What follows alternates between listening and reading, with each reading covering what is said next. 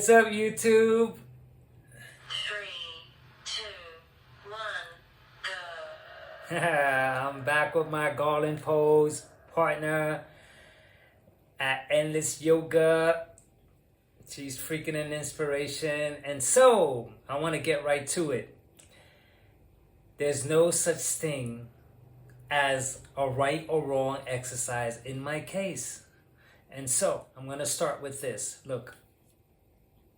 See this? See that? Now, if you just saw that, imagine what I could do with the rest of my body. And so, there's no saying what my body could do or what position is the right or wrong position for me because, when I joined karate in 3 days, I was doing the split. And so my body is freaking cut out differently, and that's my whole point. Is that, you get some guys that saying this is the right way to do a push-up, and yet he's just making up some type of or he's just repeating what he's heard from someone else and then making it so when, I hurt myself doing the so-called right push-up because it just wasn't the right one for me. It didn't feel good. Like I knew something was wrong. And so, the way we position our hands, even just the slightest modification can make such a difference between it feeling good or it causing some type of stress upon our bodies. And so, whoever invented the right push-up, I have to say, man, I disagree 100% because what we need to do is we need to look at the particular doing the push-up and then seeing how they go about it. And then work their body into the type of push-up that's most convenient for them at their level. And so if you take a look at this, we have all these different positions out in. And so whoever decided, though, this is the right push-up is he's just full of it, man.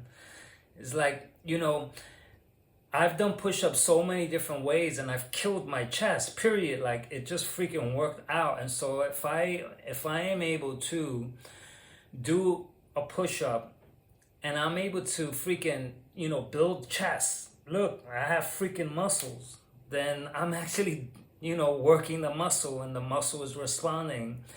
And so, this goes for squats too. I remember just recently on my own videos, I said, I'm not squatting all the way down and I'm following and I'm thinking along those lines of doing a proper squat. But then I started to see that a half a squat was freaking killing me way more than a full squat. And I said, wait a minute.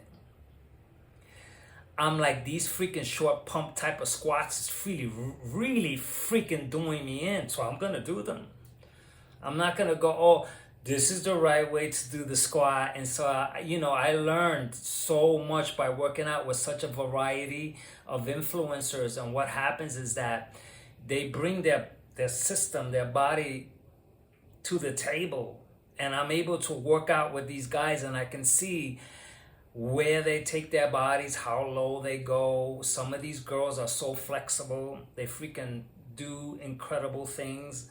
And because they're able to stretch and go that far, their bodies are able to do what other people really can't do. And so if I were to call it, I would say that there's no such thing as a right or wrong exercise, but you may do yourself wrong doing an exercise.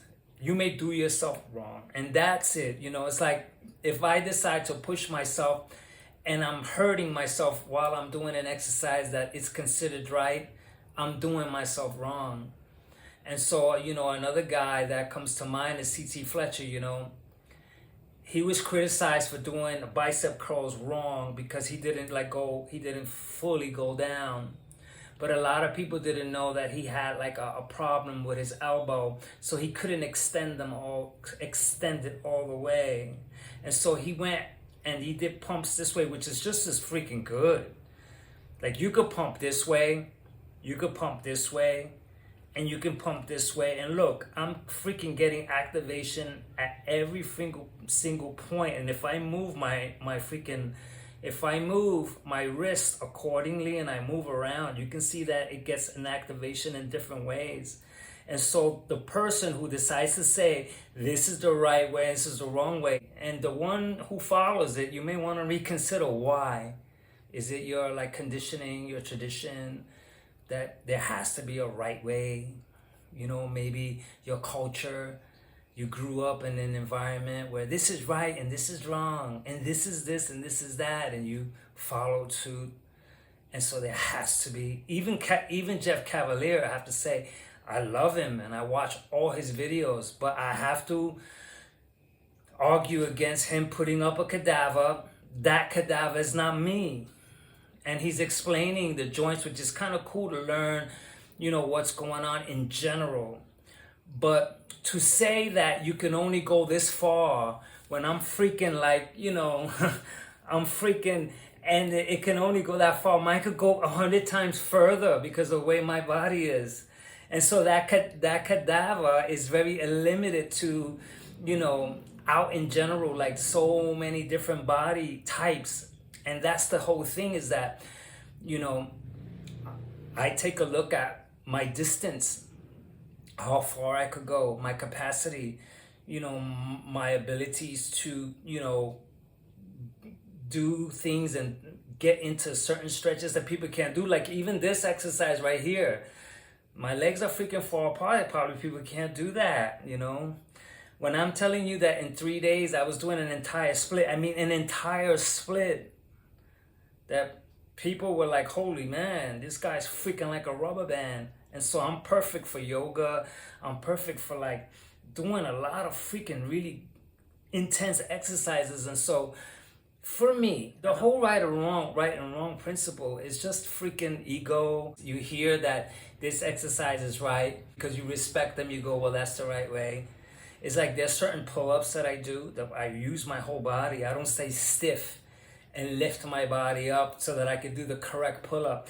I get my whole body involved, so my legs swing into it, and I feel that my whole body's getting involved. And so it's an entirely different feel. And whether I lift myself 10 times, 15 times, 20 times, when I could, you know, that whole thing of this is the right way, how to get more, I figured that out for myself, man. Because as I get stronger, I'm able to just do more anyway because I'm stronger. And so, you know, I'm the kind of guy that has the attitude that if you give me a wrong exercise, it can't be wrong for me. Even if you give me the worst exercise, I'll get in shape with that exercise. Because if it hurts me, I won't do it. Even if your right exercise feels wrong or feels like my body's knocking against something, I'm not going to go ahead and do that exercise anyway while I can feel that it's not the right exercise for me. So it's freaking... And, you know, you can hurt yourself. You can. It's there are some suggestions about some exercises that over time, you know, you do end up getting hurt. But then I have another argument that I don't know one freaking influencer that's not hurt somewhere.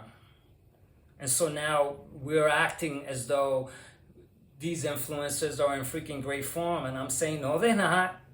I can start naming from Jeff Cowley all the way through Greg Doucette, all these freaking guys who are injured.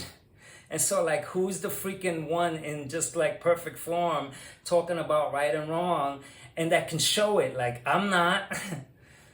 I have an impinged shoulder. I've hurt my, you know, my knees. I've hurt my neck. I've hurt all kinds of stuff because I'm an active guy in the fitness realm. I'm out there doing all kinds of stuff, so I'm freaking bound. I freaking pulled my glute just a few days ago.